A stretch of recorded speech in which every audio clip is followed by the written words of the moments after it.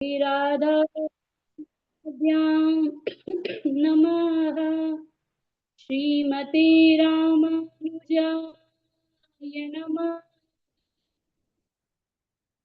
लंबोदरम परम सुंदर एकदंतम पीतांबरम त्रिनयनम परमं पवित्रम् उद्य दिवाकरनिभोज्वलकान्तिकान्तम् विघ्नेश्वरं सकलविघ्नहरं नमामि। शरीरं स्वरूपं ततो वा कलत्रं यशच्चारुचित्रं घनं मेरुतुल्यं मनश्चेन लग्नं श्रीगुरुरक्षिपद्मे ततः किं ततः किं ततः किं ततः किं नारायणं नमस्कृत्यं नरं चैव नरोत्तमं देवीं सरस्वतीं व्यासं ततो जयमुदीरयेत्। बर्हापीडं नटवरवपु कर्णयो कर्णिकारं विप्रदवासः कनककपिशं वैजयन्तीं शमालां रन्ध्राणवेणुरधरसुधया पूरयन् गोपवृन्दे वृन्दारण्यं स्वपदरमणं प्राविशद गीतकीर्ति करारविन्देन पदारविन्दम् मुखारविन्दे विनिवेशयन्तम् वटाय पत्रस्य पुटेशयानं बालं मन्दं मनसा स्मरामि। रामाय रामभद्राय रामचन्द्राय वेदसे रघुनाथाय नाथाय सीताया पतये नमः। कृष्णाय वासुदेवाय हरये परमात्मने प्रणतः क्लेशनाशाय गोविन्दाय नमो नमः। जय जय श्री राधा रमण जय जय नवल किशोर जय गोपी चित चोर प्रभु जय जय माखन चोर। राधा मेरी स्वामिनी मैं राधे को दास जन्म जन्म मोहि दीजिए श्री बरसाना धाम।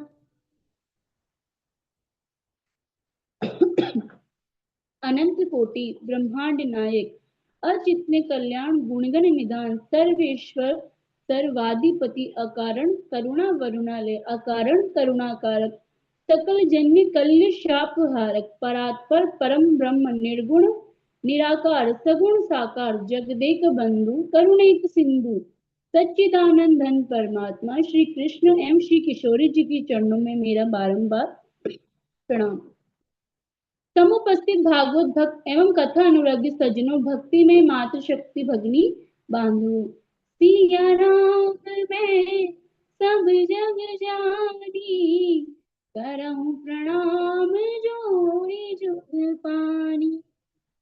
आइए सज्जनों हम सब कथा में प्रवेश करने से पूर्व 2 मिनट का श्री हरि नाम संकीर्तन करेंगे, उसके बाद हम कथा में प्रवेश करेंगे। हे श्री कृष्ण गोविंद हरि मुरारी हे नाथ नारायण वासुदेवा श्री कृष्ण गोविंद हरि मुरारी हे नाथ नारायण वासुदेवा हे नाथ नारायण वासुदेवा हे नाथ नारायण वासुदेवा हे नाथ नारायण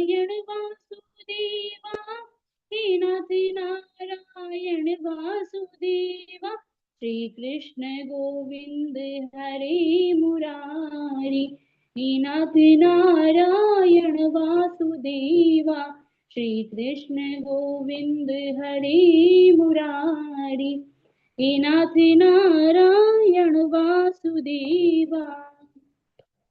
सभी को जय श्रीमन नारायण, हरे कृष्णा, राधे राधे।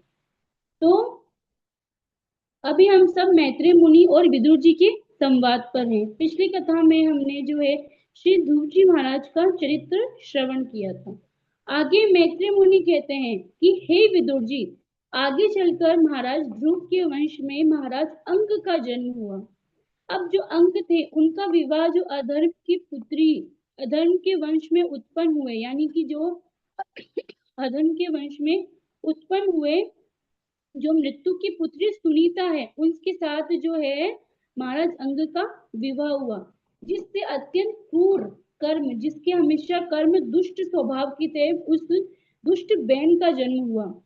अब जन्म से ही बैन, उसका नाम ही दुष्ट बैन, यानी दुष्ट यानी होता है बुरा स्वभाव वाला, यानी उसका जो नाम था यदम तथा नाम यथा नाम तथा गुण, यानी जैसा नाम होगा वैसे ही उस व्यक्ति में स्वभाव भी, उसके गुण भी वैसे ही होंगे। तो दुष्ट बैन का जन्म हुआ। अब जन्म से जो बैन था वह अत्यंत क्रोधी था, कामी था और अत्यंत ही उग्र स्वभाव वाला था। अब वह निरपराध प्राणियों के साथ अत्याचार करता था, जिसकी कोई गलती नहीं होती थी, फिर भी वह उन्हें जो है सजा देता था और निरपराधों को वह सताता था, उन्हें मार देता था। महाराज अंग ने उसे सुधारने का अथाह प्रयास किया, बहुत प्रयास किया, परंतु वह नहीं माना। उल्टा वह महाराज अंग को ही अपशब्द कहता था। उन्होंने अपने पुत्र को, क्योंकि जब पुत्र गलत मार्ग में जाता है तो एक सच्चे माता मतलब माता पिता होते हैं, तो वो अपने पुत्र को या अपनी पुत्री को उस अधर्म के मार्ग पर जाने से रोकते हैं, वह उसे सही और गलत के बारे में बताते हैं। परंतु कुछ पुत्र या कुछ बालक या बालिकाएं ऐसी होती हैं जो यदि उनके माता पिता उन्हें कुछ समझाना भी चाहे तो वे उनकी बात का वो नहीं मानते हैं और अपने मन के अनुसार ही कार्य करते हैं। तो बैन भी इसी प्रकार का था। महाराज अंग ने जो है उन्हें बहुत समझाने का प्रयास किया, परंतु उन्होंने महाराज अंग की एक भी बात को नहीं माना महाराज। परंतु जब वह नहीं सुधरा तो वह विचार करने लगे। महाराज अंग बता रहे हैं कि संसार में जो संतानहीन है उन्होंने निश्चित ही भगवान श्री नारायण की बहुत तपस्या की होगी, आराधना की होगी। क्यों महाराज यहाँ पे ऐसा क्यों कह रहे हैं? क्योंकि जिस दुष्ट पुत्र से उत्पन्न होने वाले इस दुख को उन्हें भोगना नहीं पड़ेगा। यानी कि जो संतानहीन है उन्होंने शायद भगवान नारायण की बहुत ही आराधना की होगी, बहुत ही भक्ति की होगी, जो उन्हें इस जो दुष्ट स्वभाव वाली संतान होती है, चाहे दुष्ट हो चाहे कैसी भी हो, अत्याचारी हो, उस संतान की जो है उन्हें जो है यातना नहीं सहन करनी पड़ती है। महाराज अंग यहाँ पे जो दुष्ट पुत्र है और जो सुपुत्र है उसके बारे में भी बताते हैं। महाराज अंग कहते हैं कि कदपत्यम वरम मन्ये सदपत्याम शुचाम पदात् निर्विद्ययत् ग्रहान मर्त्यो यत् क्लेशनि वहा गृहा, कि मैं दुष्ट पुत्र को अधिक सर्वश्रेष्ठ मानता हूँ सुपुत्र के बदले। क्यों? क्योंकि जो सुपुत्र होगा यानी कि जो अच्छे आचरण वाला होगा, अपने माता पिता की सेवा करने वाला होगा, अपने माता पिता की आज्ञा की उल्लंघन नहीं करने वाला होगा, अपनी माता पिता की आज्ञा का पालन करने वाला होगा, ऐसे पुत्र को त्यागना बड़ा ही कठिन होता है महाराज।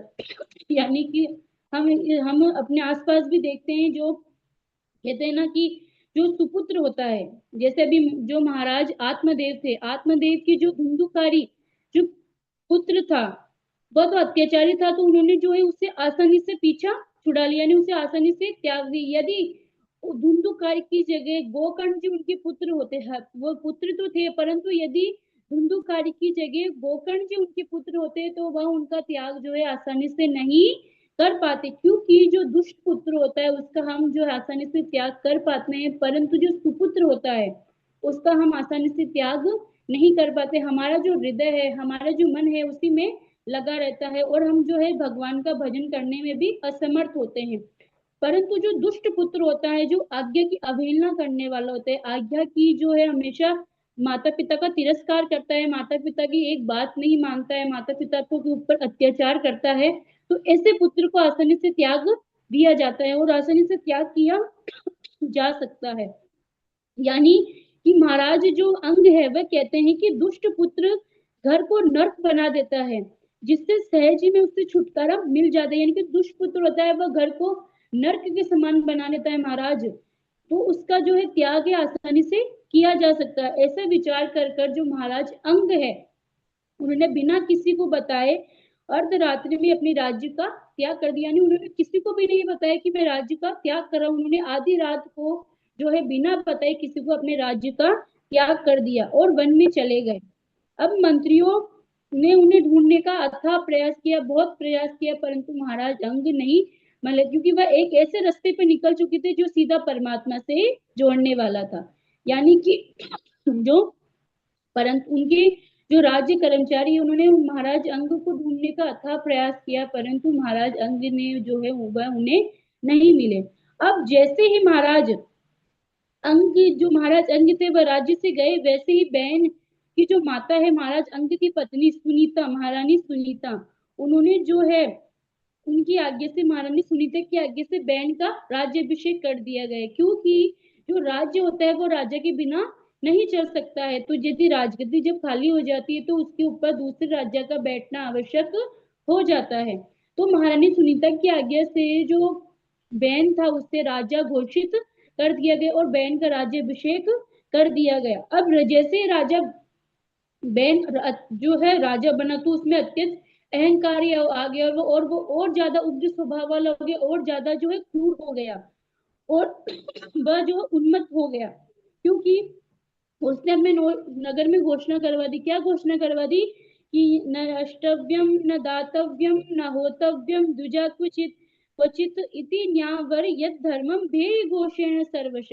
यानी कि उसने अपने नगर में ये घोषणा करवा दी महाराज कि कोई भी ब्राह्मण ना यज्ञ करे, ना दान करे, ना जो है इत्यादि व्रत फल आदि न करे और ना ही भगवान की आराधना करे, ना हवन करे। अब जब बैन ने इस अत्याचार को जनता के ऊपर, अपनी प्रजा के ऊपर लागू किया, उसने ये घोषणा करवा दी कि ना तो कोई हवन करो, ना कोई दान करो, ना कोई जो है भगवान की आराधना से जुड़े कोई भी जो है सत्कर्म मत करो, ना कोई धर्म का मतलब सब जो है मेरी पूजा करो। जैसे हिरण्यकश्यप ने घोषणा करवाई थी ना, प्रहलाद जी की पिता जो हिरण्यकश्यप थे उन्होंने बोला था कि भाई नारायण की पूजा मत करो, अपितु मेरी पूजा करो, मैं ही नारायण से श्रेष्ठ हूँ, मैं नारायण से बढ़कर हूँ, नारायण मेरे सामने कुछ भी नहीं है। ऐसे ये बैन अत्याचारी था, उसने भी अपने राज्य में ये घोषणा करवा दी कि सब जो है मेरी ही पूजा करो, मुझे ही सर्वश्रेष्ठ मानो और जो है मेरी आराधना करो।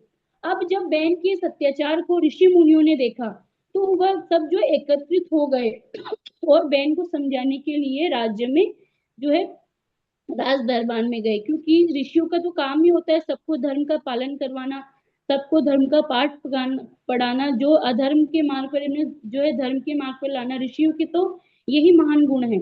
तो ऋषियों ने जो है बैन को समझाते हुए कहा कि हे महाराज, जिस राजा के राज्य में प्रजाजन जो है प्रजाजन धर्म पूर्वक पालन करते हैं, यानी कि जिस राजा के राज्य में धर्म का पालन होता है, सभी प्रजाजन जो है धर्म पूर्वक अपने वर्णाश्रम धर्म का पालन करते हुए यज्ञ कर भगवान पुरुष नारायण जो परम ब्रह्म है, भगवान नारायण परम पुरुष है, जो नारायण की आराधना करते हैं, उस राजा पर भगवान की विशेष कृपा होती है। भगवान उस पर जो है हमेशा सदैव प्रसन्न रहते हैं, जिसमें जिसके राज्य में जो है प्रजा धर्म पूर्वक और वहां का राजा भी जो है धर्म का पालन करता है और उस पर जो है भगवान नारायण की विशेष कृपा होती है और समस्त इच्छाओं को वह पूर्ण करते हैं उस और उस राज्य पर जो है अपनी कृपा दृष्टि सदैव बनाए रखते हैं।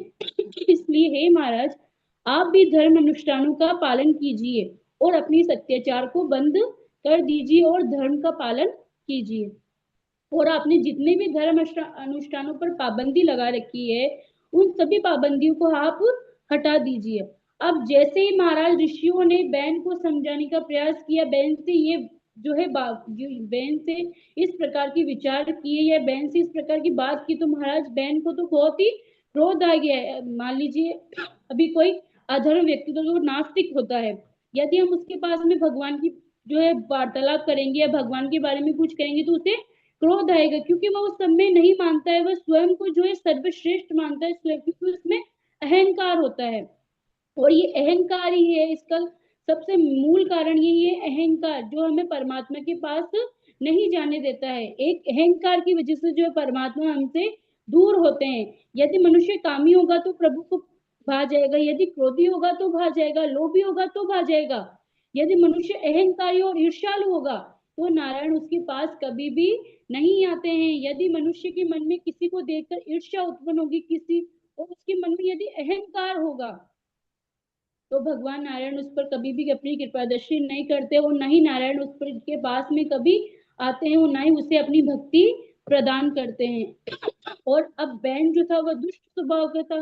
ऋषि मुनियों ने उसे समझाने का अथाह प्रयास किया, परंतु उसने उनकी बात नहीं मानी। उल्टा वह क्रोध हो गया और उसने कहा कि बालिशवत यूयं वा अधर्म धर्म मानिन ये व्रतिदम पतिम हित्वा जारम पतिमुपासते। कि हे मुनियो, हे ऋषि मुनियो, तुम सभी मूर्ख हो, यानी कि तुम में बुद्धि नहीं है, तुम तो जो है अधर्म पर अधर्म पे धर्म की बुद्धि लगा रहे हो। अरे भाई, एक राजा की एक जो प्रजा होती है उसके लिए उसका राजा ही भगवान होता है, तो फिर तुम ये सब क्यों कह रहे हो? यानी कि तुम तो जो है अधर्म की बात कर रहे हो, तुम सब जो है मूर्ख हो।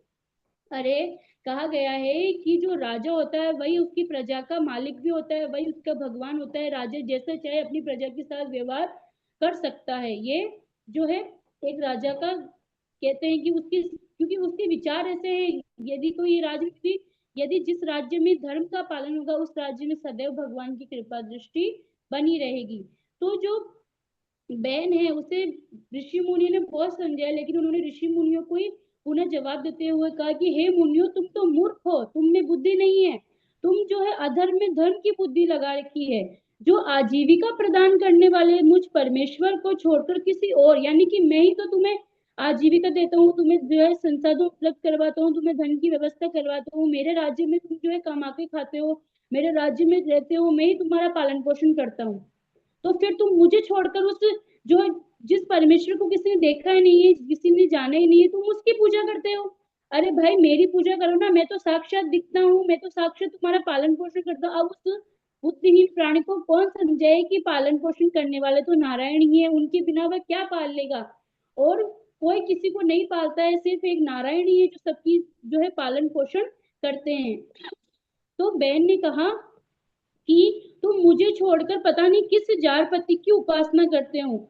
जो मनुष्य मूर्खतावश बस राजा रूप परमेश्वर का अनादर करता है, उसे ना तो इस लोक में और ना परलोक में जो है स्थान प्राप्त होता है। उसे ना यहाँ सुख मिलता है और ना ही परलोक में सुख मिलता है। ब्रह्मा विष्णु महेश रुद्र वायु और सूर्य आदि समस्त देवता राजा के शरीर में निवास करते हैं। महाराज, वो तो बहुत बड़ा ज्ञानी है, क्योंकि वह अधर्मी है ना। अधर्म मनुष्य खुद को सर्वश्रेष्ठ मान, वह सोचता है कि मेरे पास संसार भर का ज्ञान है, यानी मुझसे बड़ा ज्ञानी तो और कोई हो ही नहीं सकता है। अब इतने बड़े ऋषि मुनि उसे समझा रहे, फिर भी उसकी बुद्धि में दिमाग में ये बात नहीं बैठ रही है कि हम जो कर रहे हैं वह गलत कर रहे हैं। तो वह जो है उन्होंने ऋषि मुनि की बात को नहीं माना, अपितु ऋषि मुनि को भी अपशब्द कहने लगा। अब क्योंकि जो राजा होता है वह, और कहते कि जो राजा होता है वह सर्वदेह में होता है, यानी सब कुछ राजा ही प्रदान करता है और कोई प्रदान नहीं करता है। इसलिए आप सभी मेरा ही पूजन करो। और वह कहते कि बेनाय नमा बेनाय नमा, महाराज वह मंत्र भी देता है कि इस मंत्र का जाप करो, ओम बेनाय नमा ओम बेनाय नमा, ऐसा कहे मुझे ही नमस्कार करो। और बेनाय सुआ है, ऐसे कि मेरे लिए यज्ञ करो, आहुति इस प्रकार से दो, ओम बेनाय नमः। हम बोलते हैं ना ओम सूर्याय नमः, तो तुम भी वैसे आए तो ओम बेनाय नमः, ओम बेनाय स्वाहा, ओम बेनाय स्वाहा, ऐसा कहकर तुम जो है मेरी यज्ञ में आहुति दो, प्रदान करो। बेन के इस अभिमान को जब ऋषि मुनियों ने देखा, महाराज अभी तो वह सिर्फ प्रेम से बात कर रहे थे, परंतु जब बैन नहीं माना तो ऋषि मुनियों को क्रोध आ गया। अब बैन तो था साधारण मनुष्य।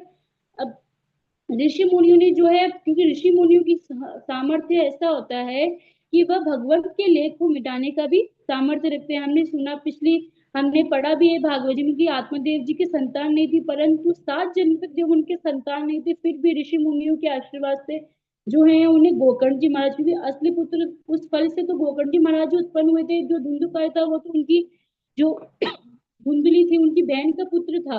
और तो जो महाराज, क्योंकि संत में ऐसा, क्योंकि ऋषि मुनियों में ऐसा सामर्थ्य होता है कि वह भगवान के लेख को मिटाने का भी सामर्थ्य रखते हैं। तो ऋषि मुनियों ने जब उस बैन के इस अभिमान को देखा तो उन्होंने जो है एक हुंकार ही मारी और बैन का वही गोविंदाय नमो नमः हो गया।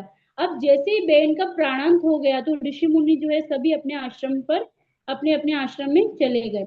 अब पुनः राजगद्दी खाली हो गई, क्योंकि राज्य में राजा के बिना राज्य का संचालन नहीं किया जा सकता है। एक राज्य के संचालन करने के लिए राजगद्दी पर राजा का बैठना आवश्यक होता है। राजा का जो है राजगद्दी खाली कभी भी नहीं रहनी चाहिए।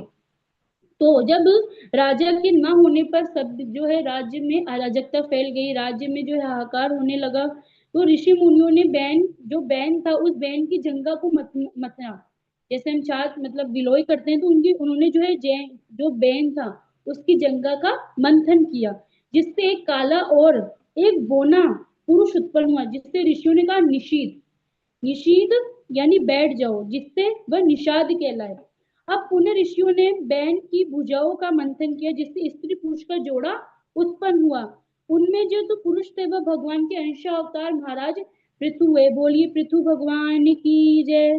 यानी कि प्रथ्यते यशो विस्तारते इति पृथु। पृथु का अर्थ क्या होता है कि इनके यश का विस्तार होने के कारण इनका नाम पृथु हुआ। और जो स्त्री थी वह महालक्ष्मी का अंश स्वरूपा अर्ची देवी हुई। अब जब महाराज पृथु का राज्यभिषेक हुआ, क्योंकि जब उन्होंने उनकी जो बहन की भुजाओं को मदद, उनकी भुजाओं से स्त्री पुरुष का दो जोड़ा मतलब स्त्री पुरुष का एक जोड़ा उत्पन्न हुआ, तो जो पुरुष थे वह महाराज पृथु हुए और जो स्त्री थी वह महारानी अर्ची देवी हुई। तो उसके पश्चात जब वह उत्पन्न हुए तो जो महाराज पृथु था उनका राज्यभिषेक हुआ। उस समय जो प्रजा थी वह उनके पास आई, क्योंकि जो राज्य था उसमें जो है अकाल पड़ चुका था। तो प्रजा उनके पास आई और उनसे प्रार्थना करने लगी कि हे महाराज, हमारे राज्य में एक दाना भी अन्न का नहीं है और अन्न के बिना भूख के कारण हम मरने वाले हैं। यानी कि कई लोगों ने जो है भूख के कारण अपने प्राण ही त्याग दिए हैं। महाराज, एक भूख ऐसी होती है जो मनुष्य से ना जाने क्या कुछ नहीं करवा लेती है। हम सब देखते हैं कि हम कुछ क्या करते हैं, हम जो कमाते हैं कुछ भी लाते हैं, तो इस भूख के कारण यदि मनुष्य को भूख लगना बंद हो जाए तो वही जो है अधर्म करना ही छोड़ दे। एक यदि मनुष्य जो, अभी मान लीजिए कोई चोर होता है, वह चोरी क्यों करता है? अपने परिवार की पालन पोषण करने, अपने परिवार की भूख को शांत करने के लिए। यदि कोई मनुष्य अधर्म के मार्ग पर जाता है तो फिर वह इस भूख के कारण ही जाता है, अपने पेट को भरने के लिए ही ये वह जो अधर्म के कार्य करता है। तो वह प्रजा जो है वह कहती है महाराज पृथु से कि हे प्रभु, हम जो है हमारे राज्य में एक दाना भी अन्न का नहीं है और अन्न के कारण जो है हम मर रहे हैं, अन्न की कमी के कारण जो है हम मर रहे हैं। हमारे राज्य में अकाल हो गया है, जो है धरती में अकाल पड़ गया, वर्षा का कोई स्रोत दिखाई नहीं दे रहा है, वर्षा के दूर दूर तक भी कोई सार दिखाई नहीं दे रहे हैं, इसलिए हमारे अन्न की व्यवस्था कीजिए। क्योंकि जो प्रजा होती है वह अपनी समस्या लेकर राजा के पास जाएगी, वह किसके पास जाएगी? तो वह राजा के पास गई और उनसे बोला कि महाराज, हमारे अन्न की व्यवस्था कीजिए, हम मर रहे हैं, हमसे ये भूख और बर्दाश्त नहीं होती है। अब जैसे ही महाराज पृथु ने सुना तो प्रजाजनों के दुख को देखकर तो आग बंद करके ध्यान लगाया, तो समझ गए, क्योंकि वह तो भगवान के स्वरूप थे, भगवान नारायण के अंश अवतार थे। तो वह समझ गए कि अन्न के अभाव के कारण जो पृथ्वी ने समस्त अन्न को अपने अंदर छिपा लिया है। क्रोधित होकर, अब जैसे उन्हें पता चले कि पृथ्वी देवी ने जो है अन्न को अपने अंदर छिपा लिया है, तो महाराज पृथ्वी को बहुत क्रोध आया। तो उन्होंने हाथ में अपने धनुष बाण उठा लिया और पृथ्वी से कहा कि हे पृथ्वी, वसुदे त्वां वदिष्यामि मच्छासं परम मुखी भागम बहिर्शिवा भागम बहिर्षियावृंते न तनोति चनो वसु। कि हे पृथ्वी, तू मेरी आज्ञा का उल्लंघन करती है, यानी कि तू मेरी आज्ञा का उल्लंघन करती है, यज्ञ में अपना भाग तो ले लेती है, यानी कि तू यज्ञ में तो अपना भाग ले लेती है, परंतु बदले में हमें अन्न नहीं देती है, इसलिए मैं तुझे मार डालूंगा। अब जैसे ही महाराज पृथ्वी देवी ने महाराज जो पृथ्वी के इन वचनों को सुना तो वह भयभीत हो गई और वो माता का रूप धारण करके महाराज पृथु के पास आई और उनसे भयभीत हो गई और गाय का रूप धारण करके पहले तो बस जो है भागी, उन्होंने, महाराज पृथ्वी ने बोला था कि मैं तुम्हें मार डालूंगा। तो जो पृथ्वी है, पृथ्वी देवी है, जो वो घबरा गई, भयभीत हो गई और गाय का रूप धारण करके सर्वत इधर उधर जो है भागने लगी। वह जहां भी जाती सभी जगह हाथ में धनुष बाण लिए उसे पृथ्वी भगवान ही दिखाई देते, क्योंकि पृथ्वी भगवान तो भगवान के अंशावतार थे। तो वह समझ गई कि ये परमेश्वर है और उनके चरणों में गिर गई। अब कहाँ प्रभु राजा ने और कहाँ प्रभु राजा लोगों ने मेरा पालन पोषण करना छोड़ दिया। उन्होंने, क्योंकि गोमाता कह रही पृथ्वी भगवान से कि हे पृथ्वी महाराज, लोगों ने मेरा पालन पोषण करना छोड़ दिया था, चोरों के समान बस मुझे खाए ही जा रहे थे, यानी कि मुझसे लिए जा रहे थे, लिए जा रहे, एक चोर जैसे सब कुछ लेके चला जाता, तो ये सिर्फ मुझसे ले ही जा रहे थे, ले ही जा रहे थे, मुझे खा रहे थे, मेरा पालन पोषण नहीं कर रहे थे।